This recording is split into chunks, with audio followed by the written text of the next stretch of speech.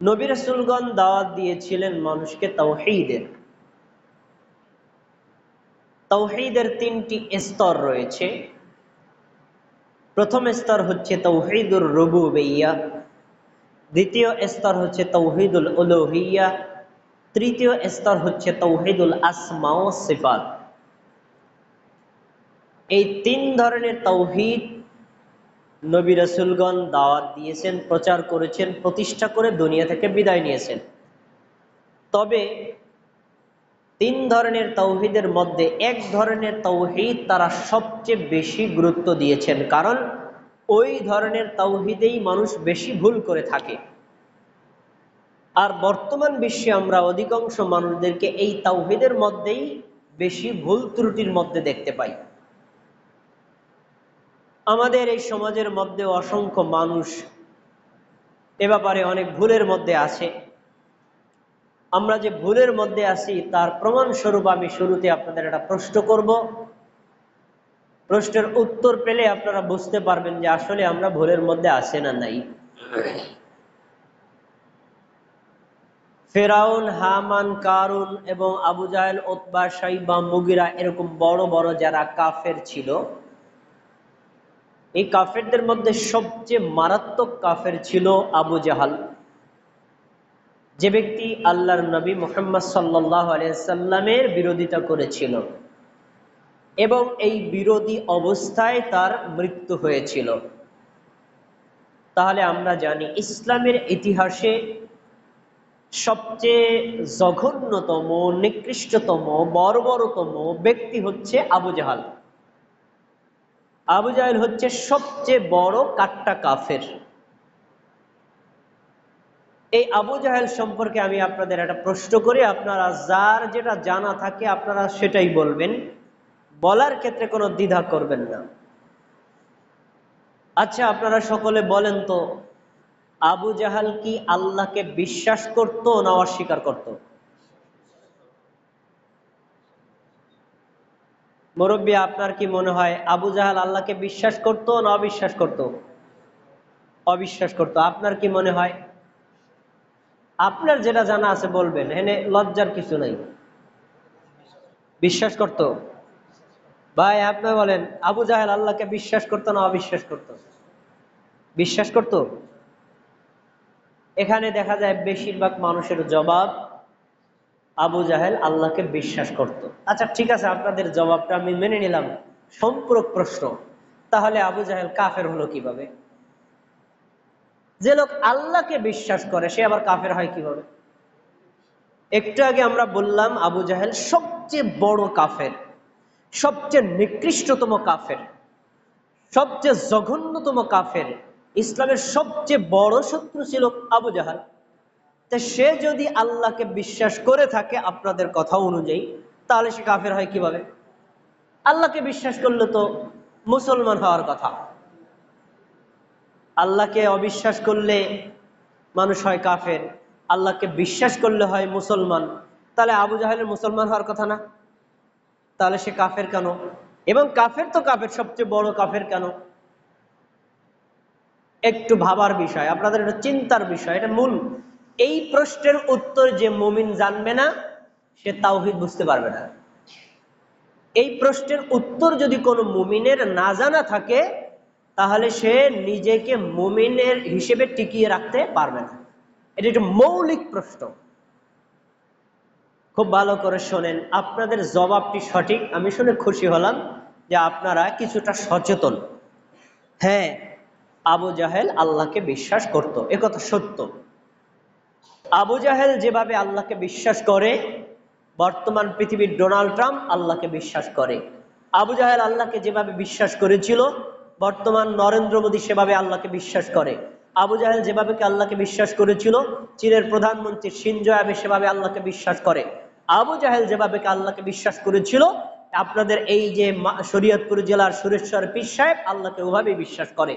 সুতরাং আবু জাহেলের বিশ্বাস আর সুরেশ্বরের বিশ্বাস, ডোনাল্ড ট্রাম্পের বিশ্বাস, নরেন্দ্র মোদীর বিশ্বাস, আপনার বিশ্বাস, মোহাম্মদ সাল্লাল্লাহু আলাইহি ওয়াসাল্লামের বিশ্বাস, একরকম না, পার্থক্য আছে। এই পার্থক্য যদি আপনি করতে না পারেন, তাহলে আপনার ঈমান আর আবু জাহেলের ঈমানের মধ্যে কোনো পার্থক্য খুঁজে পাওয়া যাবে না। যা আপনার জানা জরুরি, একটা মৌলিক প্রশ্ন। এখন আবু জাহেল আল্লাহকে বিশ্বাস করত, তারপরেও সে কাফের। এখান থেকে একটা সংক্ষিপ্ত তথ্য জেনে নেন যে আল্লাহকে শুধু বিশ্বাস করলেই মুসলমান হওয়া যায় না। শুধু আল্লাহর উপর ঈমান আনলেই মুসলিম আর মুমিন হওয়া যায় না। আল্লাহকে বিশ্বাস করার 3টি স্তর রয়েছে। 3টি স্তরে পরিপূর্ণরূপে যদি কোনো ব্যক্তি ঈমান আনে, তাহলে তার ঈমান মুহাম্মদ সাল্লাল্লাহু আলাইহি ওয়াসাল্লামের মতো ঈমান হবে। আর যদি 3টি স্তরের কোনো একটা স্তরে ত্রুটি বিচ্যুতি থাকে, তাহলে তার ঈমান হবে, তবে সেটা হবে আবু জাহেলের মতো ঈমান। এই ঈমান দিয়ে সে কখনো মুমিন মুসলমান হতে পারবে না। শুনুন, আবু জাহেল সহ সেই সময়ে যত কাফের মুশরিক ছিল, প্রত্যেক কাফের মুশরিক আল্লাহকে বিশ্বাস করত। আজকে আমি কোরআন থেকে আপনাদেরকে অনেকগুলো দলিল দেব, যে দলিলগুলো প্রমাণ করবে যে সেই সময়ের যত আবু জাহেল, Abu Lahab, Utba, শাইবা, Mughira, Abu Taleb, Abdul Muttalib এবং সেই সময়কার যত কাফের মুশরিক ছিল, প্রত্যেকে আল্লাহকে বিশ্বাস করত। আল্লাহর জন্য তারা হজও করত, আল্লাহর জন্য তারা দানও করত, আল্লাহর জন্য তারা অনেক ধরনের আমলও করত। কিন্তু তারপরেও তারা কাফের কেন এবং আপনি মুসলিম কেন, এই পার্থক্যটা আপনার জানা জরুরি। শুনুন, এবার আপনার মনে রাখার বিষয়, 3টি তাওহীদ এর 3টি স্তর। 1, তাওহীদুর রুবুবিয়্যা, রব হিসেবে একক আল্লাহকে বিশ্বাস করা, এটা হলো তাওহীদুর রুবুবিয়্যা। যেমন আল্লাহ খাওয়ায়, আল্লাহ পড়ায়, আল্লাহ বাঁচায়, আল্লাহ মারে, আল্লাহ রিজিক দেন, আল্লাহ বিপদ দূর করেন, আল্লাহ বিপদ থেকে উদ্ধার করেন। এই যে আল্লাহ তাআলা সব কিছু করেন আর করতে পারেন, এটাকে বলা হয় তাওহীদুর রুবুবিয়্যা। মানে রব হিসেবে আল্লাহর উপর ঈমান আনা। এই তাওহীদ আমাদের দেশে একটা শ্রেণীর লোক খুব বেশি প্রচার করে, তারা হলো তাবলীগ জামাতের লোকেরা। ভাই আল্লাহ খাওয়ায়, আল্লাহ পড়ায়, আল্লাহ রিজিক দেয়, আল্লাহ বিপদ থেকে দূর করে, সব কিছু আল্লাহ করে। না শোনেন না, এগুলো ভালো, খারাপ কিছু না। কিন্তু একটা মৌলিক বিষয় হলো এই আল্লাহ খাওয়ায়, আল্লাহ পড়ায়, আল্লাহ জীবনদাতা, আল্লাহ সৃষ্টিকর্তা, আল্লাহ মরণদাতা, এগুলো কাফেরও বিশ্বাস করে, হিন্দুও বিশ্বাস করে, বৌদ্ধ বিশ্বাস করে, খ্রিস্টানও বিশ্বাস করে। এইগুলোর দাওয়াত দেওয়ার কোনো দরকার নেই, এ সবাই বিশ্বাস করে। এই বিশ্বাস আবু জাহেলেরও ছিল। তাহলে এইটা তাওহীদুর রুবুবিয়্যাত নিয়ে তৎকালীন সময়ের আবু জাহেল, উতবা, শাইবা, মুগিরা, এদের কোনো আপত্তি ছিল না। আমাদের নবী যদি শুধু এই দাওয়াত দিতেন, ভাই আল্লাহ খাওয়ায়, আল্লাহ পড়ায়, আল্লাহ জীবন দেয়, আল্লাহ মরণ দেয়, তাহলে কেউ নবীর বিরোধিতা করতো না। কারণ সেই সময়ের কাফের মুশরিকরা এক আল্লাহর উপর ঈমান এনেছিল এবং আল্লাহ যে জীবন দেয়, মৃত্যু দেয়, এটা বিশ্বাস করেছিল। তার মানে তাওহীদুর রুবুবিয়্যা তারা মেনে নিয়েছে। 2, তাওহীদুল আসমা ওয়াস সিফাত, আল্লাহর কিছু গুণ আছে, আল্লাহর কিছু নাম আছে। এই নাম এবং গুণগুলো আছে, সেই গুণগুলোর কিছু তারা বিশ্বাস করত আর কিছু অবিশ্বাস করত। যেমন আল্লাহর যতগুলো নাম আর গুণ আছে, তার মধ্যে একটা নাম হচ্ছে রহমান। আল্লাহ হলেন দয়ালু, আল্লাহ হলেন দয়াবান, আল্লাহ হলেন পরম করুণাময়। এইটা তারা বিশ্বাস করত না। কয় আল্লাহ সব কিছু করে, আল্লাহ রহমান না। তার মানে তারা তাওহীদুল আসমা ওয়াস সিফাত কিছু মানত আর কিছু মানত না। এবার তাওহীদের 3য় স্তর, তাওহীদুল উলুহিয়্যা। যত ধরনের ইবাদত রয়েছে, সালাত, সিয়াম, হজ, যাকাত, দান, সদকা, কুরবানি, যত ধরনের আমল রয়েছে, একমাত্র আল্লাহকে দিতে হবে, অন্য কাউকে হাজারো কোটি ভাগের 1 ভাগও প্রদান করা যাবে না। এই তাওহীদটা তারা বিশ্বাস করতো না। তারা বিশ্বাস করত কিছু আল্লাহকে দেওয়া যায়, কিছু বান্দাকে দেওয়া যায়। এই যে তাওহীদুল উলুহিয়্যা, এইটাকে অস্বীকার করার কারণে সেই সময়ের আবু জাহেল হয়েছে টাটকা কাফের। এটাকে অস্বীকার করার কারণে সেই সময়ের আবু লাহাব হয়েছে টাটকা কাফের, এটাকে অস্বীকার করার কারণে সেই সময়ের মুশরিকরা হয়েছে টাটকা কাফের। তাহলে বোঝা যাচ্ছে যে তাওহীদুর রুবুবিয়্যাতের চাইতে তাওহীদুল উলুহিয়্যার গুরুত্ব বেশি, তাওহীদুল আসমা ওয়াস সিফাতের চাইতে তাওহীদুল উলুহিয়্যার গুরুত্বটা বেশি। এখন ভাইয়েরা, আপনি যদি বর্তমান বাংলাদেশে যত মুসলমান আছে এই মুসলমানদেরকে একটু তল্লাশি করেন, তাওহীদুর রুবুবিয়্যাত দিয়ে পরীক্ষা করলে দেখবেন সব মুসলমান 100-এ 100 পাস। তাওহীদুল আসমা ও সিফাত দিয়ে যদি পরীক্ষা করেন তাহলে মুসলমানের মধ্যে 50% পাস, এরা মুমিন। কিন্তু যদি তাওহীদুল উলুহিয়্যাহ দিয়ে পরীক্ষা করা হয় 100 জন মুসলমানের মধ্যে 99 জন মুসলমান আবু জাহেলের মতো টাটকা কাফের বলে গণ্য হবে। কারণ তারা বিশ্বাস করে আল্লাহ আছেন, কিন্তু ভাবে আল্লাহও কিছু ইবাদত পায়, বান্দাও কিছু ইবাদত পায়। আল্লাহও কিছু ইবাদত পেতে পারে, বান্দাও কিছু ইবাদত পেতে পারে। বাংলাদেশে যত পীর মুরিদে যত লোক বিশ্বাস করে, এই পীর গুরুর মধ্যে আছে তারা মনে করে যে সিজদা হলো 2 প্রকার। কয় প্রকার? 2 প্রকার। একটা হলো সিজদাতুল লিত-তাযীম, সম্মানের সিজদা, আর একটা সিজদাতুল লিল ইবাদাত, ইবাদতের সিজদা। তাজিমের সিজদা ওটা মানুষকে দেওয়া যায়, শিক্ষককে দেওয়া যায়, ফেরেশতাকে দেওয়া যায়, যে কোনো মানুষকে দেওয়া যায়। আর যেটা ইবাদতের সিজদা এটা শুধু আল্লাহকেই দিতে হয়, অন্য কাউকে দেওয়া যায় না। তাহলে ইবাদত কয় ভাগে ভাগ করলো? কথা বলেন, কয় ভাগে? কিছু অংশ পেল সৃষ্টি আর কিছু অংশ পেল স্রষ্টা। এটাই হলো শিরিক। এই শিরিকটা করার কারণে সেই সময় কাফের হয়েছে। অতএব এই ব্যক্তির আকীদা, এই পীরের আকীদা, এই মুরিদের আকীদা আর সেই সময়ের আবু জাহেলের আকীদার মধ্যে কোনো পার্থক্য নাই। এটাই আপনার জানা দরকার যে আমাদেরকে তাওহীদুল উলুহিয়্যার ব্যাপারে সবচেয়ে বেশি গুরুত্ব দিতে হবে। যত ধরনের ইবাদত আছে আল্লাহ ছাড়া অন্য কাউকে দেয়া যাবে না, একটা অংশও দেওয়া যাবে না। এবার আবু জাহেল যে আল্লাহকে বিশ্বাস করত এবং সেই সময়ের যারা কাফের মুশরিক ছিল তারা যে আল্লাহকে বিশ্বাস করত, আমি যে বললাম আপনারাও বললেন, তার দলিল কি? কেউ যদি আপনাদেরকে ধরে, আবু জাহেল আমরা জানতাম বড় কাফের, তা আল্লাহকে অবিশ্বাস করানোর কারণে কাফের, কিন্তু সে আল্লাহকে বিশ্বাস করার পরেও যে কাফের, তো বিশ্বাস করছে দলিল কি? আল্লাহকে তারা মানতো, তার দলিল কি? নেন দলিল। 1 নম্বর সূরাতুল লোকমান 25 নম্বর আয়াত খুলে দেখেন আল্লাহ কি বলছেন।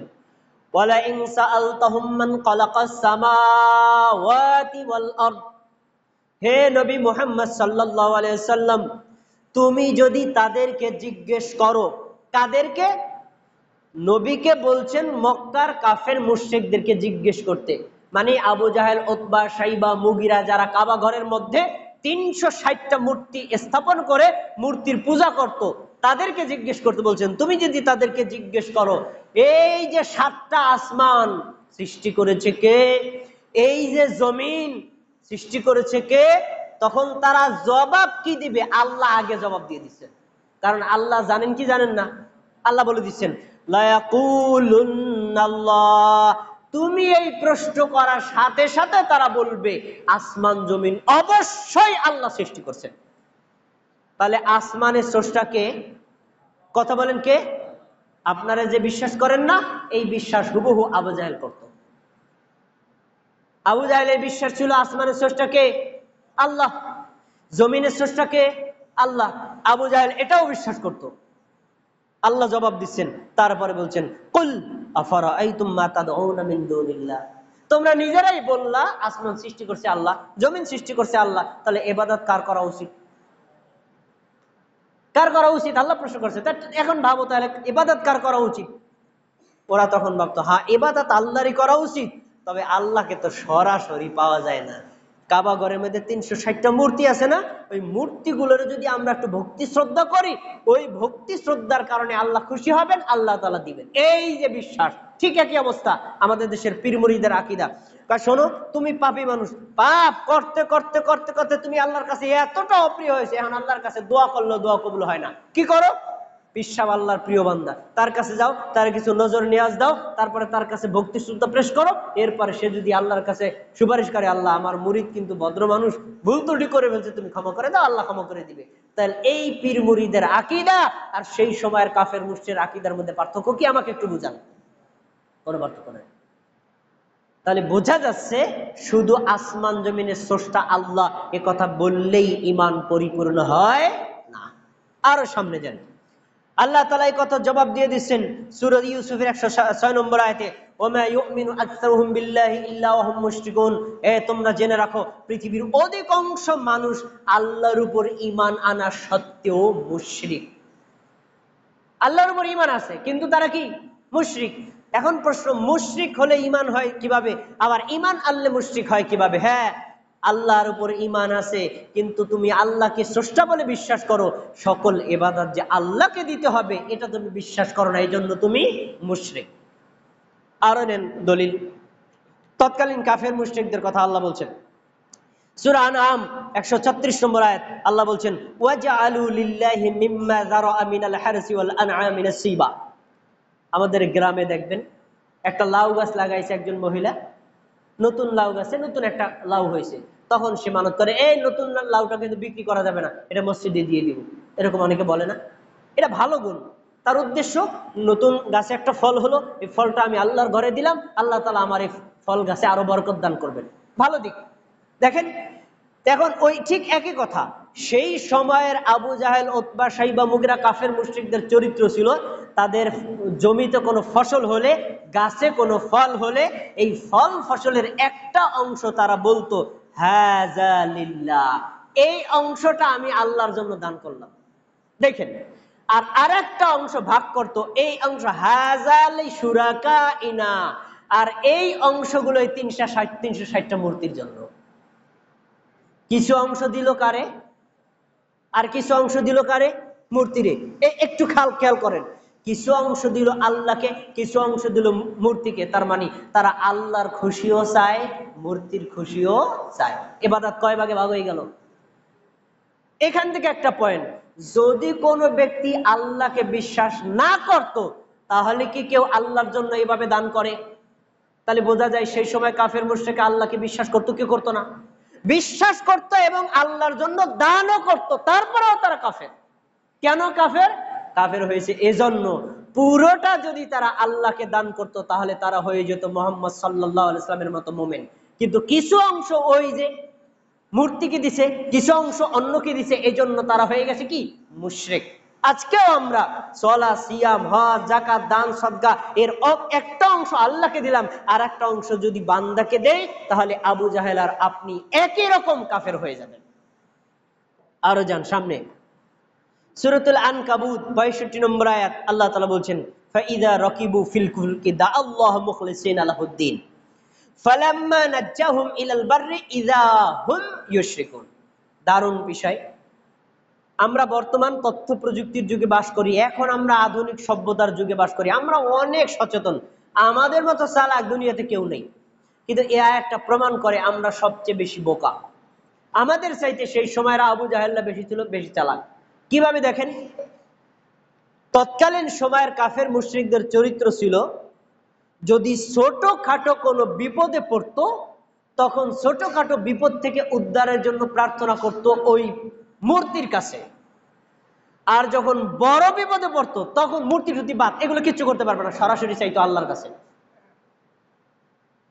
একটু খেয়াল করেন, ছোট বিপদে তারা সাহায্য চাইতো মূর্তির, বড় বিপদে সাহায্য চাইতো কার? আল্লাহ। আর আমরা বড় বিপদে সাহায্য চাই পীরের, বুজুর্গের, ল্যাংটা বাবার, খাজা বাবার, দয়াল বাবার, আর ছোট বিপদে সাহায্য চাই আল্লাহ।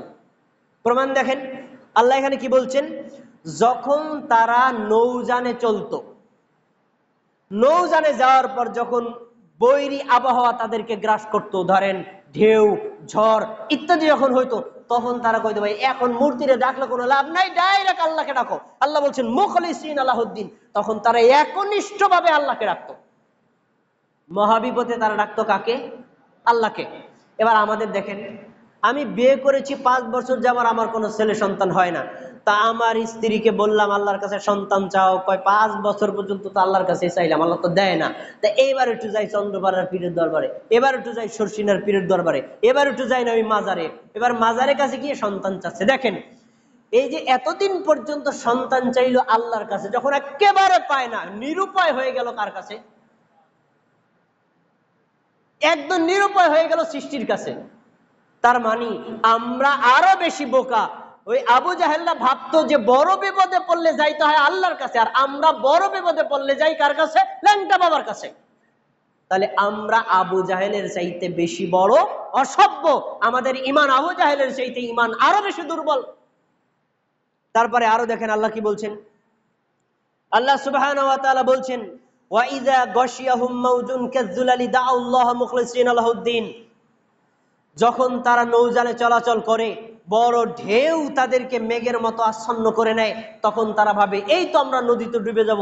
এখন কি করা যায়? মুখলিসিনা লাহুদ্দিন, তখন তারা ওই নৌযানের বিপদ থেকে বাঁচার জন্য, মানে ওই বৈরী আবহাওয়া থেকে বাঁচার জন্য একনিষ্ঠভাবে আল্লাহর কাছে দোয়া করে। আচ্ছা ভালো কথা, আল্লাহ তাআলা তাদের দোয়া কবুল করে ওখান থেকে উদ্ধার করে জমিনে দিয়ে দেন। এরপর কি করে আল্লাহ বলছেন ফালাম্মা নাজ্জাহুম ইলাল বাররি, আমি যাদের যখন তাদেরকে মুক্ত করে জমিনে পৌঁছাই দিলাম নিরাপদে, এখন তারা কি করছে? ফামিনহুম মুকতাসিদুন ওয়া মা ইয়াজহাদু বিআয়াতিনা ইল্লা খুত্তারিন কাফুর। আহা, যখন তাদেরকে আমি উদ্ধার করে জমিনে পাঠাইলাম, এখন মানুষগুলো দুই ভাগে ভাগ হয়ে গেল। এক লোক আছে কয় আমাদের যে লঞ্চের যে ড্রাইভার, যে নাবিক এত এক্সপার্ট, দেখো কত সুন্দর করে চালাইলো, নাহলে আমরা সবাই ডুবে মরতাম। রক্ষা করছেন কে? আমরা বলি কার কথা? কিন্তু যখন আমরা বিপদে পড়ছিলাম তখন কি আমরা নাবিককে বলছিলাম নাবিক আমাকে বাঁচাও? বলি নাই। ওই সময় ডাকছি কারে? আল্লাহকে। যখন আল্লাহ উদ্ধার করে দিলেন, বলা উচিত ছিল আলহামদুলিল্লাহ, এই বিপদ থেকে মহান আল্লাহ আমাদেরকে দয়া করে উদ্ধার করেছেন। আমরা এবার আল্লাহর প্রশংসা বাদ দিয়ে শুরু করলাম ওই সারেঙের প্রশংসা, আরো অন্যান্য মানুষের প্রশংসা। দেখ একেবারে হুবহু আমাদের চরিত্র আবু জাহেলের চরিত্রের সাথে মিল আছে না নাই? তারপরে জানারো আল্লাহ তাআলা আরো বলেন ওয়াইযা মাসসাকুমুদ দুররু ফিল বাহরি দাল্লা মান তাদউনা ইল্লা ইয়া, এই শোনো, যখন তোমরা সমুদ্রের মধ্যে বিপদে পতিত হও তখন তোমরা আমাকে ডাকো, আমি তো তোমাদেরকে সেখান থেকে উদ্ধার করি। ফালাম্মা নাজ্জাহুম ইলাল বাররি, যখন আমি তোমাদেরকে উদ্ধার করলাম, আর এবার তোমরা সবাই আমার থেকে মুখ ফিরিয়ে নিলে। কিভাবে মুখ ফিরছো? যখন জমিনে তোমাদেরকে ফিরিয়ে দিলাম, বাড়িতে চলে গেলা, বাড়িতে চলে যাওয়ার পর এখন তোমরা ইবাদত করবা কার? আল্লাহর। কিন্তু এবার শুরু করছো ওই যে 360টা মূর্তি। যখন তুমি নৌজানে বিপদে পড়ছিলে ওই 360টা মূর্তিরে ডাকতা, তারা উদ্ধার করতো। তোমরা জানো আসলে তারা কিছু করতে পারবে না, তারপরেও তোমরা কেন আল্লাহকে বাদ দিয়ে এগুলোর পূজা করো?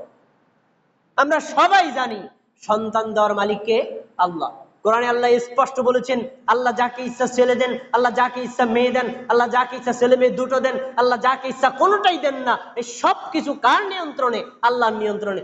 এরপরেও আমরা এই সন্তান সন্ততি চাইতে যাই মানুষের কাছে। তাহলে আমরা আমাদের বিশ্বাস আর আবু জাহেলের বিশ্বাসের মধ্যে কোনো পার্থক্য থাকলো না। প্রিয় ভাইয়েরা, আরো জান, এটা গেল নৌজানের বিপদ। এবার পার্থিব দুনিয়াবী বিপদ আল্লাহ তাআলা বলছেন ওয়াইদা মাসাল ইনসানা দুররুহু দাআনা লিজামবিহি, যখন তাদেরকে কোনো বিপদ, কোনো মানে ধরনের বড় ধরনের কোনো দুঃখ কষ্ট চেপে বসে, তখন দাআনা, তারা আমাকে ডাকে। আল্লাহ বলছেন তারা আমাকে ডাকে। কিভাবে? লিজামবিহি, শুয়ে শুয়ে। আমরা যখন অসুস্থ হই তখন আমরা শুয়ে কাকে ডাকি? আল্লাহকে। আল্লাহ আমাকে সুস্থ করেন। এরপরে বলছেন কাইদান, বসে বসে আল্লাহকে ডাকে। কাইমান, দাঁড়িয়ে দাঁড়িয়ে আল্লাহকে ডাকে। এই বিপদে পড়ছে আল্লাহকে ডাকে। ফালাম্মা কাশাফনা আনহু, যখন আমি তাকে বিপদ থেকে উদ্ধার করলাম, তখন দুররুহু মাররামান কানা লাম ইয়াদউ দুররুহু মাসাদ কাযালিকা যুয়্যিনা লিল মুসরিফিন, বিপদ থেকে উদ্ধার করছি। এবার বলে ভাই আমি যে ডাক্তারটা দেখাইলাম, ডাক্তারটা অনেক বড় অভিজ্ঞ, নাইলে আমার বাঁচার কোনো উপায় ছিল না। দেখেন, যখন মারাত্মক বিপদে পড়ি তখন আমরা আল্লাহকে ডাকি, বিপদ আল্লাহ যখন উদ্ধার করে তখন আমরা আল্লাহকে ভুলে যাই। একদম কাফের মুশরিকদের চরিত্র আল্লাহ কোরআনে যেভাবে তুলে ধরেছেন আমাদের অভ্যাস একই রকম। আরো যেন আল্লাহ বলছেন কুল মান ইউনাজ্জিকুম ওয়াইদা মাসান্নাসু দুররান দাহু, আর অনেকগুলো আয়াত আছে, আমি একটু সংক্ষেপ করে দিচ্ছি, পরে দেন। ওয়াইদা মাসাল ইনসানু দুররান দাআ রাব্বাহু মুনিবিনা ইলাইহি, মানুষে যখন দুঃখ কষ্ট পায় তখন তারা একনিষ্ঠভাবে আল্লাহকে ডাকে। ইযা খাওয়ালাহু নি'মাতাম মিনহু, যখন আল্লাহ সুবহানাহু ওয়া তাআলা দয়া করে তাকে ওই বিপদ থেকে উদ্ধার করেন, নাসিয়া, তখন সে তারা আল্লাহকে ভুলে যায়। তখন আর আল্লাহর কথা মনে থাকে না। বিপদে পড়লে আল্লাহর কথা মনে থাকে, বিপদ থেকে উদ্ধার হয়ে গেলে আর আল্লাহর কথা আমরা মনে করি না। বলছেন মা কানা ইয়াদউ ইলাইহি মিন ক্বাবলি ওয়া জাআলা লিল্লাহি আনদাদান লিয়ুদিল্লা আন সাবিলি, অতঃপর তারা তাদের নিজেদের মন মতো আল্লাহর স্থানে অসংখ্য মাবুদ স্থাপন করে নেয়। সম্মানিত দ্বীনী ভাইয়েরা, এখন আপনাদেরকে একটা দারুণ হাদিস এবং একটা আয়াত শোনাবো, যেটা আমার শুরুতের বক্তব্য ছিল যে আবু জাহেল আল্লাহকে বিশ্বাস করতো কি করতো না। দেখেন, মুহাম্মদ সাল্লাল্লাহু আলাইহি ওয়াসাল্লাম যখন দ্বীনের দাওয়াত দিচ্ছিলেন, তার দাওয়াতের মূল উদ্দেশ্য ছিল তাওহীদুল উলুহিয়া। তাওহীদুর রুবুবিয়্যাও নাই, তাওহীদুল আসমা ওয়া সিফাত নাই। কেন? সেই সময় কাফের মুশরিকরা তাওহীদুর রুবুবিয়্যা বিশ্বাস করত, আসমা ওয়া সিফাত কিন্তু বিশ্বাস করত। যেহেতু তারা তাওহীদুল উলুহিয়া অস্বীকার করত, তিনি দাওয়াত দিয়েছেন উলুহিয়ার। উলুহিয়াটা কি? শোনো, এই কাবা ঘরের মধ্যে তোমরা কয়টা মূর্তি স্থাপন করেছো? 360টা। এতগুলো মূর্তি কেন? কাজে শোনো, আল্লাহ সুবহানাহু ওয়া তাআলা হলেন অতি মহান, তার মতো মহান আর কেউ নাই।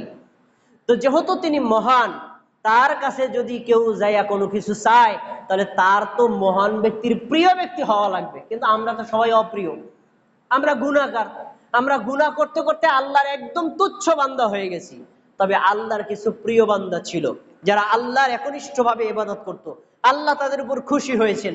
তো ওই ব্যক্তিবর্গ যখন মারা গেছেন, তাদের নামে আমরা এক একটা করে মূর্তি বানাইছি, বানাইয়া আল্লাহর এই কাবা ঘরের মধ্যে রাখছি। আল্লাহ যেহেতু তাদের উপর খুশি, এখন আমরা যদি তাদের ওই নামে তাদের কাছে গিয়ে একটু ভোট দেই, একটু তাদের কাছে গিয়ে একটু সেজদা করি, তাদের কাছে গিয়ে একটু কুর্নিশ করি, আল্লাহ খুশি হবেন। খুশি হয়ে আল্লাহ আমাদের দাওয়া কবুল করবেন। তা আল্লাহ ভাগ করে দিয়েছেন, এই শোনো, এই মূর্তি বিপদ থেকে উদ্ধার করে, এই মূর্তি বিদ্যা দান করে, এই মূর্তি তোমাকে সৌন্দর্য দান করে, এই মূর্তি তোমাকে ছেলে সন্তান দান করে। মানে এক একটা মূর্তিকে আল্লাহ এক একটা ক্ষমতা দিয়েছেন। আমরা এই মূর্তির ওসিলা দিয়ে আল্লাহর কাছে চাই। খেয়াল করেন, তাহলে বোঝা যাচ্ছে তাদের মূল টার্গেট ছিল আল্লাহকে পাওয়া, কিন্তু মাঝখানে ছিল ভায়া, মানে কি মাধ্যম। মাঝখানে কি ছিল? মাধ্যম। তাদের মাধ্যম ছিল 360টা মূর্তি। ঠিক আমাদের একই অবস্থা, আমরাও একই আকীদায় বিশ্বাস করি।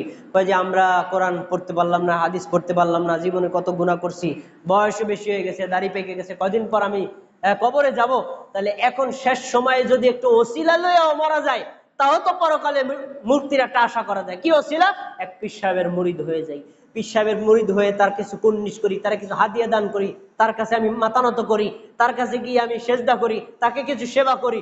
যেহেতু সে আল্লাহর প্রিয় ব্যক্তি, আমি যদি তাকে খুশি করতে পারি, সে বলবে আল্লাহ আমার এই মুরিদ এত গুনাহ করছে, তুমি তাকে মাফ করে দাও, আমি পরকালে মুক্তি পেয়ে যাব।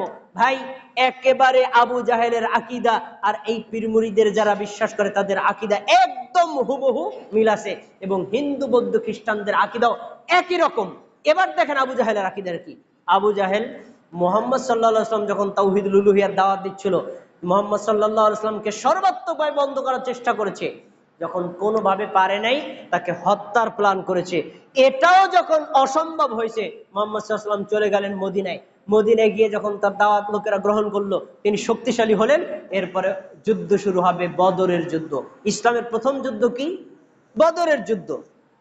মুসলমান সৈন্য সংখ্যা ছিল 313 জন, আর কাফেরদের সৈন্য সংখ্যা ছিল 1000, মানে 3 গুণের চাইতেও কিছু বেশি। এখন খুব সুন্দর কথা, মুহাম্মদ সাল্লাল্লাহু আলাইহি ওয়াসাল্লাম ছিলেন মদিনায়, আর আবু জাহেল ছিল মক্কায়। কাবা ঘর, বাইতুল্লাহ, এটা আল্লাহর ঘর না? এই ঘরটা কোথায়? মক্কায়। দেখেন, আবু জাহেল মুহাম্মদ সাল্লাল্লাহু আলাইহি ওয়াসাল্লামের বিরুদ্ধে যুদ্ধ করতে যাবে। তো যুদ্ধ করতে গেলে তো তার বিজয় হওয়া লাগবে। এই বিজয় দান করেন কে? আল্লাহ। এখন আল্লাহর কাছে বিজয় চাইতে যাচ্ছে আবু জাহেল কাবা ঘরের সামনে। সামনে গিয়ে আবু জাহেল কি দোয়া করে, আল্লাহ হুবহু ওই দোয়াটা কোরআনের মধ্যে তুলে ধরেছেন। দেখেন দোয়াটা কি। সহিহুল বুখারী হাদিস নম্বর 4648 এবং সূরাতুল আনফাল 32 নম্বর আয়াত। আবু জাহেল সেদিন কাবাগরকে সামনে রেখে আল্লাহর কাছে যে দোয়া করেছিল হুবহু এই দোয়াটা আল্লাহ কোরআনে তুলে ধরেছেন। দোয়াটা কি? ক্বালা আবু জাহল, আবু জাহেল বলল, আল্লাহুম্মা, হে আল্লাহ, ইন কানা হাযা হুয়াল হক্কু মিন ইনদিকা, যেই মুহাম্মাদের বিরুদ্ধে আমরা আজকে যুদ্ধ করতে যাব সে যদি আপনার পক্ষ থেকে হকের উপর থাকে। খুব ভালো করে শোনেন, মুহাম্মদ যদি আপনার পক্ষ থেকে হকের উপর থাকে, আপনি যদি আসলেই তাকে নবী হিসেবে পাঠান, আসলেই তাকে রাসূল হিসেবে পাঠান, তাহলে ফাআমতির আলাইনা হিজারাতাম মিনাস সামা, তাহলে আজকে আমরা যারা মুহাম্মাদের বিরোধিতা করার জন্য যুদ্ধ করার জন্য যাচ্ছি, আমাদের সবার উপর আপনি আসমান থেকে পাথরের বৃষ্টি বর্ষণ করে আমাদেরকে ধ্বংস করে দেন। এই দোয়া করছে কে? কার কাছে? আবার একটু খেয়াল করেন, দোয়াটা করছে কে? কার কাছে? তাহলে আবু জাহেল আল্লাহকে বিশ্বাস করতো না, ঠিক না? বিশ্বাস করতো না, ঠিক না? স্পষ্ট বোঝাচ্ছে আবু জাহেল আল্লাহকে বিশ্বাস করত। দেখেন, সেই সময় কিন্তু মূর্তির কাছে গিয়ে চায় নাই, চাইছে কার কাছে? আল্লাহর কাছে। আল্লাহ আমাদেরকে পাথরের বৃষ্টি বর্ষণ করে আমাদেরকে ধ্বংস করে দেন, আমরা যদি ভুল পথে থাকি, মুহাম্মদ যদি হক পথে থাকে। এখন এই দোয়া করলো আল্লাহ তাআলা, তার দোয়ার প্রেক্ষিতে সূরা আনফালের 33-34 নম্বর আয়াত নাযিল করেছেন। এখানে আবার আল্লাহ কি বলছেন শুনেন। আল্লাহ বলছেন, ওয়ামা কানাল্লাহু লিয়ুআযযিবাহুম ওয়া আনতা ফীহিম। মুহাম্মদ সাল্লাল্লাহু আলাইহি ওয়াসাল্লাম, তুমি শোনো, তুমি যতদিন পর্যন্ত তাদের মধ্যে আসো ততদিন পর্যন্ত আমি তাদেরকে আসমান থেকে আযাব দিয়ে ধ্বংস করব না। এটা 2 নম্বর কারণ। কারণটা কি? মুহাম্মদ সাল্লাল্লাহু আলাইহি ওয়াসাল্লাম আল্লাহর প্রিয় একজন বান্দা, তাকে আল্লাহ দাওয়াত দেওয়ার জন্য পাঠিয়েছেন। আজকে যদি কেউ মুহাম্মাদের বিরোধিতা করার কারণে পাথর বর্ষি বর্ষণ করে সে ধ্বংস হয়ে যায়, বাকি মানুষগুলো বলবে মুহাম্মদ হলো অভিশাপকারী, মানুষের জন্য অকল্যাণকামী, সে তার কথা মানে না দেখা মানুষের উপর আল্লাহর কাছে বৃষ্টি বর্ষণ করে মানুষদেরকে হত্যা করছে। মানুষ তাকে কি বলবে? হত্যাকারী। 1। 2 নম্বর, আপনি হলেন সমগ্র পৃথিবীর জন্য রহমত, আপনি তো মানুষের জন্য গজব না। আজকে যদি ওদের উপর গজব ঢালি তাহলে সবাই বলবে মুহাম্মদ হলো সারা দুনিয়ার মানুষের জন্য কি? গজব। অথচ আল্লাহ বলছেন, ওয়ামা আরসালনাকা ইল্লা রাহমাতাল লিল আলামিন। পরে আরেকটা বিষয়, আরেকটা কারণ বলছেন, সেটা কি? তুমি যতদিন আসো ততদিন তো তাদেরকে বৃষ্টি বর্ষণ করে ধ্বংস করব না, 1 নম্বর কারণ। 2 নম্বর কারণ যে ওয়ামা কানাল্লাহু মুআযযিবাহুম ওয়া হুম ইস্তাগফিরুন, তারা যতদিন পর্যন্ত তাদের পাপের জন্য আমার কাছে ক্ষমা চাইবে ততদিন পর্যন্ত আমি তাদেরকে আসমান থেকে বৃষ্টি বর্ষণ করে ধ্বংস করব না। এইখান থেকে একটা কথা পাওয়া যায়, আল্লাহ আমাদের পাপের কারণে, আল্লাহ আমাদের উপর যতই অসন্তুষ্ট থাকুক, আমরা যদি আমাদের পাপের জন্য আল্লাহর কাছে ক্ষমা চাই, আল্লাহ সুবহানাহু ওয়া তাআলা আমাদেরকে গজব দিয়ে ধ্বংস করবেন না। তাহলে গজব ঠেকানোর একটা বড় মাধ্যম কি? তাওবা, ইস্তেগফার করা। প্রিয় ভাইরা, এই হাদিসটা এবং কোরআনের আয়াতটা কেন আপনার সামনে পেশ করলাম এই জন্য, আবু জাহেল আল্লাহকে বিশ্বাস করত, এ কথাটার জন্য। তাহলে আবু জাহেল আল্লাহকে বিশ্বাস করত, তারপরে সে কাফের কেন? উত্তর হলো, সে বিশ্বাস করত, হ্যাঁ, আল্লাহ সুবহানাহু ওয়া তাআলা হলেন মহান স্রষ্টা, তবে ওই স্রষ্টাকে শুধু ইবাদত করলে হবে না, এই মূর্তিগুলোর ইবাদত করতে হবে, কিছু মানুষের মাধ্যমে চাইতে হবে, কিছু মানুষকে সন্তুষ্ট করে আল্লাহ সন্তুষ্ট নিতে হবে। এই যে ভায়া মাধ্যমে বিশ্বাস করত, এই কারণে সে হচ্ছে মুশরিক, আর সেই কারণে সে হচ্ছে সবচেয়ে বড় কাফের। আজকে আমরা যে সকল মুমিন মুসলমানরা বিশ্বাস করি যে আল্লাহর কাছ থেকে ভায়া মাধ্যম হয়ে নিতে হবে, তারাও কিন্তু আবু জাহেলের মতো মুসলমান, তারা দাবিদার মুসলমান, কিন্তু তাদের ঈমান মুহাম্মদ সাল্লাল্লাহু আলাইহি ওয়াসাল্লামের মতো পরিপূর্ণ হয় নাই। সম্মানিত দিনী ভাইয়েরা, এবার আমি আপনাদের কয়েকটা আয়াত শোনাবো, যে আয়াতগুলোতে আল্লাহ তাআলা আদম থেকে শুরু করে মুহাম্মদ সাল্লাল্লাহু আলাইহি ওয়াসাল্লামের পর্যন্ত যত নবী এবং রাসূল পাঠিয়েছেন, তাদের দাওয়াত কি দাওয়াত দিয়ে পাঠিয়েছেন, তাদের উদ্দেশ্য ছিল কি, তারা মানুষদেরকে কিসের দাওয়াত দিতেন, এই আয়াতগুলো আপনাদেরকে শোনাবো। দেখেন আল্লাহ তাআলা কি শোনাচ্ছেন। আল্লাহ তাআলা সূরা জারিয়াতের 56 নম্বর আয়াতে বলেন, ওয়ামা খালাকতুল জিন্না ওয়াল ইনসা ইল্লা লিয়াবুদুন। তোমরা শোনো, জিন জাতি আর মানব জাতি এই দুটো জাতিকে সৃষ্টি করেছি একমাত্র আমার ইবাদত করার জন্য। তাহলে জিন জাতি আল্লাহ সৃষ্টি করেছেন কার জন্য? আল্লাহর ইবাদত করতে। মানব জাতি আল্লাহ সৃষ্টি করেছেন কার জন্য? আল্লাহর ইবাদত করতে। জিন আর মানব জাতিকে আল্লাহর ইবাদতের জন্য সৃষ্টি করেছেন। এখান থেকে একটা শিক্ষা নিতে হবে, ইবাদত বলতে যা কিছু বোঝায় তা হবে কার জন্য?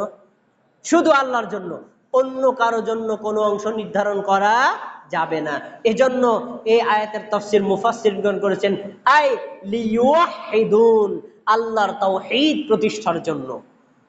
পরের আয়াত দেখেন, সূরা ইসরা মানে সূরা বনী ইসরাইল 23 নম্বর আয়াত আল্লাহ তাআলা বলেন, ওয়াকাদা রাব্বুকা, তোমার রব সিদ্ধান্ত দিয়েছেন, আমাদের রব হলেন আল্লাহ। আল্লাহ সিদ্ধান্ত করেছেন আল্লাহ তা'বুদু ইল্লাহু, সাবধান তোমরা আল্লাহ ব্যতীত অন্য কারো ইবাদত করবা না। পরে বলছেন ওয়াবিল ওয়ালিদাইনি ইহসানা, সাবধান তোমরা তোমাদের পিতামাতার সাথে উত্তম ব্যবহার করবা। দুটো পয়েন্ট, ইবাদত করতে হবে শুধুমাত্র আল্লাহর, আল্লাহ ছাড়া অন্য কারো ইবাদত করা যাবে না। আর 3 নম্বর পয়েন্ট হলো একমাত্র আল্লাহ সুবহানাহু ওয়া তাআলা, যেহেতু আমরা এই দুনিয়াতে এসেছি বাবা মায়ের মাধ্যমে, এই বাবা মাকে আমরা সম্মান শ্রদ্ধা ভক্তি শ্রদ্ধা করব, তাদেরকে সম্মান করব। পরের পয়েন্ট, সূরাতুল আনকাবুত 56 নম্বর আয়াত আল্লাহ বলেন, ইয়া ইবাদি, হে আমার বান্দারা, আল্লাযীনা আমানু, যারা ঈমান আনছো, শোনো, ইন্না আরদি ওয়াসিয়ান, আমার পৃথিবীটা কিন্তু প্রশস্ত, ফা'বুদুনি, সুতরাং তোমরা আমার ইবাদত করো। দেখেন আল্লাহ কিন্তু এখানে শুধু তাওহীদুল উলুহিয়ার দিকে ডাকছেন, একমাত্র ইবাদত করতে হবে কার? আল্লাহ। ফা'বুদুনি, আমার ইবাদত করো। পরে দেখেন সূরাতুল বাকারা 21 নম্বর আয়াত আল্লাহ বলেন, ইয়া আইয়ুহান নাস, হে মানব জাতি, উবুদু রাব্বাকুম, তোমরা তোমাদের রবের ইবাদত করো, আল্লাযী খলাকাকুম, যিনি তোমাদেরকে সৃষ্টি করেছেন। আমাদেরকে সৃষ্টি করেছেন কে? আল্লাহ। কোন পীর আমাদেরকে সৃষ্টি করে নাই, কোন আলেম আমাদেরকে সৃষ্টি করে নাই, কোন অন্য কোন ব্যক্তি আমাদেরকে সৃষ্টি করে নাই, কোন সৃষ্টি আমাদেরকে সৃষ্টি করে নাই। আমাদের স্রষ্টা যিনি, ইবাদত পাওয়ার যোগ্য কেবল তিনি। আল্লাহ তাই বলছেন উবুদু রাব্বাকুমুল্লাযী খলাকাকুম। আচ্ছা, পরে আরেকটা আয়াত আল্লাহ তাআলা সূরা আম্বিয়া 25 নম্বর আয়াতে বলেন, ওমা আরসালনা মিন ক্বাবলিকা মির রাসূলিন, নবী মুহাম্মদ সাল্লাল্লাহু আলাইহি ওয়াসাল্লাম তুমি শোনো, তোমার আগে যত নবী এসেছিলেন, তোমার আগে যত রাসূল এসেছিলেন, আমি প্রত্যেককে আদেশ করেছি এই দাওয়াত দেওয়ার জন্য। কি দাওয়াতটা হলো এই, ইল্লা রিজালান নূহি ইলাইহি, তুমি তাদেরকে আমি ওহী করেছিলাম এই কথা বলতে, আন্নাহু লা ইলাহা ইল্লাল্লাহ, আল্লাহ ছাড়া কোনো মাবুদ নেই, ফাবুদুনি, সুতরাং তোমরা আমার ইবাদত করো। তাহলে আমরা সালাত আদায় করব কার জন্য? সিয়াম পালন করব কার জন্য? হজ করব কার জন্য? দান করব কার জন্য? যাকাত দিব কার জন্য? সবকিছু হবে আল্লাহর জন্য। এখানে একটা পয়েন্ট বলি, আমরা যেভাবে 5 ওয়াক্ত সালাত আদায় করি, এইভাবে তৎকালীন কাফের মুশরিকরা 5 ওয়াক্ত সালাত আদায় করতো না। আমরা যেভাবে সিয়াম পালন করি রমজান মাসে, এইভাবে তৎকালীন সময় কাফের মুশরিকরা সিয়াম পালন করতো না। তবে ইসলামের মৌলিক 5টি আরকানের মধ্যে একটা আরকান সেই সময় কাফের মুশরিকরা করত, সেটা হলো হজ করা। আমরা কি বছরে একবার হজ করতে যাই না? আল্লাহর ঘর বাইতুল্লাহ, বাংলাদেশ থেকে যায়, বিশ্বের বিভিন্ন দেশ থেকে যায়। আর সেই সময়ও কাফের মুশরিকরা হজ করত। আমাদের হজ আর তাদের হজের মধ্যে পার্থক্য কি? পার্থক্য হলো, আমরা যখন হজ করতে যাই তখন আমরা একটা তালবিয়া পাঠ করি। এই তালবিয়াটা হজের দিন যদি লাইভ হয়, দেখবেন আমাদের দেশে টেলিভিশনে এই তালবিয়াটা শোনায়। কি? লাব্বাইক আল্লাহুম্মা লাব্বাইক লা শারীকা লাকা লাব্বাইক ইন্নাল হামদা ওয়ান নি'মাতা লাকা ওয়াল মুলক লা শারীকা লাক, এই পর্যন্ত খুব শোনেন। লাব্বাইক, আল্লাহ আমি উপস্থিত আপনার জন্য। লা শারীকা লাকা লাব্বাইক, আল্লাহ আপনার কোনো শরীক নাই, আমি একমাত্র আপনার ইবাদত করার জন্য আপনার ডাকে সাড়া দিয়েছি। ইন্নাল হামদা, নিশ্চয়ই সমস্ত প্রশংসা, ওয়ান নি'মাতা, নিশ্চয়ই সমস্ত নিয়ামত, লাকা, আপনার জন্য, ওয়াল মুলক, সমগ্র বিশ্বের রাজত্ব একমাত্র আপনার, আপনার কোনো শরীক নেই। এই হলো মুহাম্মদ সাল্লাল্লাহু আলাইহি ওয়াসাল্লামের তালবিয়া। আর সেই সময় কাফের মুশরিকদের তালবিয়া কি ছিল শোনেন? তারা তালবিয়া পাঠ করতো, লাব্বাইক, আল্লাহ তোমার জন্য উপস্থিত হলাম, লা শারিকা লাকা, তোমার কোনো শরিক নেই। তবে হ্যাঁ, কি বলছে? ইল্লা শারিকান হুয়া লাকা তামলিকু, হ্যাঁ তবে শরিক আছে যাকে তুমি শরিক বানায় নিছো। শরিক আছে যাকে তুমি শরিক বানায় নিছো, এই কারণে তারা কাফের মুশরিক। আর আমরা ওটা বলি না, এজন্য আমরা কি মুসলমান। পার্থক্যটা কোথায় হলো? পার্থক্য হলো এই, আমাদের দেশের কিছু মানুষ আছে কয় ভাই পীর না ধরলে আপনি জীবনে শির পাবেন না। কেন? শোনেন, পার্থিব জগতে আজকে বাংলাদেশে যদি আপনার বিরুদ্ধে একটা মামলা হয়, যে ধরেন এক জায়গায় একটা খুন হয়েছে, আপনার বিরুদ্ধে অভিযোগ দিলে যে শহীদুল ইসলাম লোকটাকে খুন করছে, আপনাকে পুলিশ গ্রেফতার করে থানায় নিয়ে উপস্থিত করলো, কোর্টে হাজির করলো। এখন আপনি কি নিজের পক্ষে নিজের সাফাই গাইবেন? না। কি করবেন? আপনি আপনার পক্ষে একজন উকিল রাখবেন না?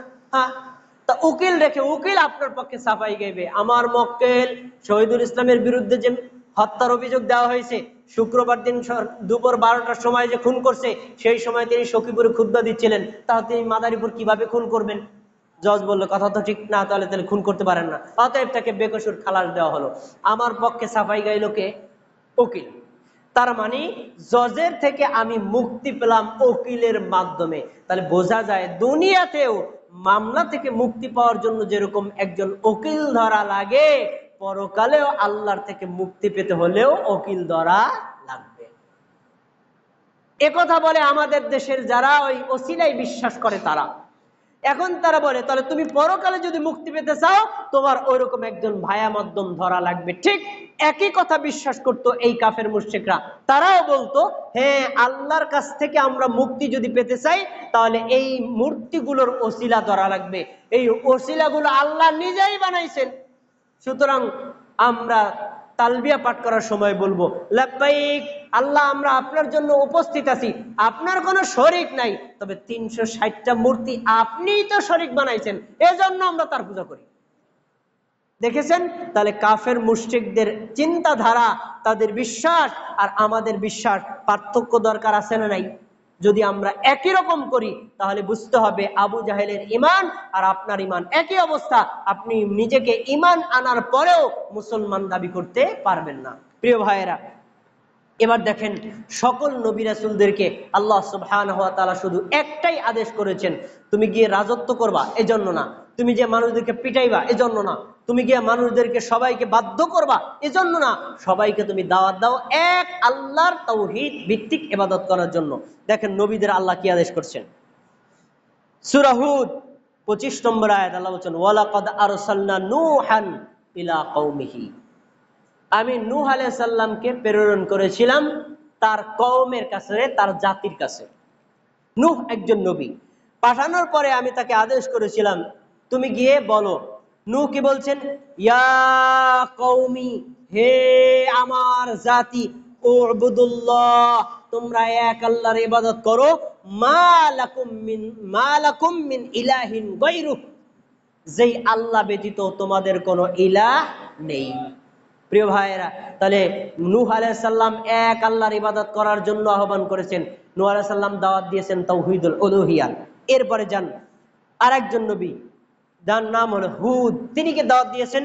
সূরা আরাফ 65 নম্বর আয়াতে আল্লাহ বলেন ওয়া ইলা আদিন আখাহুম হুদান, যখন হুদ আলাইহিস সালামকে তার সম্প্রদায়ের কাছে পাঠাইলাম, তখন হুদ গিয়ে কি বললেন?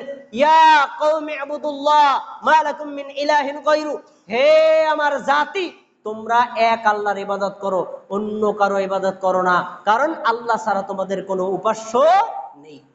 পরে যান আরেকটি আয়াত রয়েছে সূরা আরাফ 85 নম্বর আয়াত ওয়া ইলা মাদিয়ানা আখাহুম শুআইবান, শুআইব আলাইহিস সালাম একজন নবী, আল্লাহ তাকে পাঠিয়েছেন জাতির কাছে, তিনি দাওয়াত দিচ্ছেন ইয়া কওমি ইবুদুল্লাহ মা লাকুম মিন ইলাহিন গায়রু, হে আমার জাতি, তোমরা এক আল্লাহ ব্যতীত অন্য কারো উপাসনা করো না। প্রিয় ভাইরা, আমি আজকে আপনাদের সামনে কোরআন থেকে কতগুলো দলিল দিলাম যে তৎকালীন সময়ের আবু জাহেল, উতবা, শাইবা, মুগিরা, যতগুলো কাফের মুশরিকরা ছিল, তারা আল্লাহকে বিশ্বাস করত, আবার আল্লাহর ইবাদত করার পাশাপাশি অন্য কারো ইবাদত করত, এই জন্য তারা হয়েছে কাফের। এখন আমরা সালাত, সিয়াম, হজ, যাকাত, দান, সদকা, কুরবানি, ইবাদত বলতে যা কিছু আছে করব কার জন্য? শুধু আল্লাহর জন্য। আল্লাহকে আমরা স্রষ্টা হিসেবে বিশ্বাস করলে ঈমান পরিপূর্ণ হবে না, আল্লাহর নামগুলোতে বিশ্বাস করলে ঈমান পরিপূর্ণ হবে না, আল্লাহর সিফাতগুলোতে বিশ্বাস করলে না ঈমান পরিপূর্ণ হবে না, যতক্ষণ পর্যন্ত যাবতীয় ইবাদত একমাত্র আল্লাহর জন্য নির্ধারণ করতে না পারবো ততদিন পর্যন্ত আমাদের ঈমান পরিপূর্ণ হবে না। যদি আপনি আপনার ইবাদতের যত অংশ আছে সব অংশগুলো আল্লাহর জন্য নির্ধারণ করেন, তাহলে বুঝতে হবে আপনার ঈমান 100-100 পরিপূর্ণ। তাওহীদুর রুবুবিয়াত আপনি নাম্বার পেয়েছেন 33, তাওহীদুল উলুহিয়া নাম্বার পেয়েছেন 33, এবং তাওহীদুল আসমা ওয়াস সিফাত 33-99 এভাবে শতভাগ যদি পূর্ণ হয় তাহলে আপনি হবেন একজন তাওহীদবাদী মুমিন। যদি তাওহীদবাদী মুমিন হতে পারেন, মুহাম্মদ সাল্লাল্লাহু আলাইহি ওয়াসাল্লাম যেরকম সুসংবাদ দিয়েছেন, ইন্নাল্লাযীনা আমানু ওয়া আমিলুস সলিহাত, নিশ্চয় যারা ঈমান আনবে এবং নেক আমল করবে আল্লাহ তাদের জন্য রয়েছেন জান্নাতুল ফেরদাউস, এবং সেই জান্নাতের মধ্যে রয়েছে মেহমানদারির ব্যবস্থা। তাহলে আমরা কি সেই জান্নাতে যেতে চাই কি চাই না? আমাদেরকে ইবাদত করতে হবে কার? একমাত্র আল্লাহ সুবহানাহু ওয়া তাআলার। প্রিয় ভাইরা, বাংলাদেশে অসংখ্য মুসলমান রয়েছে, তারা তাওহীদের এই দ্বিতীয় স্তর উলুহিয়া না বোঝার কারণে কিছু আল্লাহর ইবাদত করে, কিছু বান্দার ইবাদত করে, কিছু আল্লাহর ইবাদত করে, আবার কিছু বান্দার ইবাদত করে। করে তো করে, আমার নিজের চোখের দেখা আমাদের দেশে একজন প্রসিদ্ধ পীর, সে তার নিজের বাবার রেখে যাওয়া খাটটাকে পর্যন্ত পূজা করে। কি পূজা করে? খাট পূজা। খাট পূজা পর্যন্ত বাংলাদেশে চলে। তাহলে এই মানুষ যদি বুঝতো যে সেজদা একমাত্র আল্লাহর, আল্লাহ ছাড়া অন্য কাউকে দেওয়া যাবে না, রুকু একমাত্র আল্লাহ, আল্লাহ ছাড়া অন্য কাউকে দেওয়া যাবে না, মানত একমাত্র আল্লাহ, আল্লাহ ছাড়া অন্য কাউকে দেওয়া যাবে না, সবকিছু যদি আল্লাহর জন্য হয় তাহলে আপনার তাওহীদুল উলুহিয়া পরিপূর্ণ হবে। আল্লাহ সুবহানাহু ওয়া তাআলা আমাদের সবাইকে তাওহীদুল উলুহিয়াকে হৃদয়ে ধারণ করার এবং তাওহীদুল উলুহিয়ার উপর মৃত্যুবরণ করার তৌফিক দান করুন। আমিন।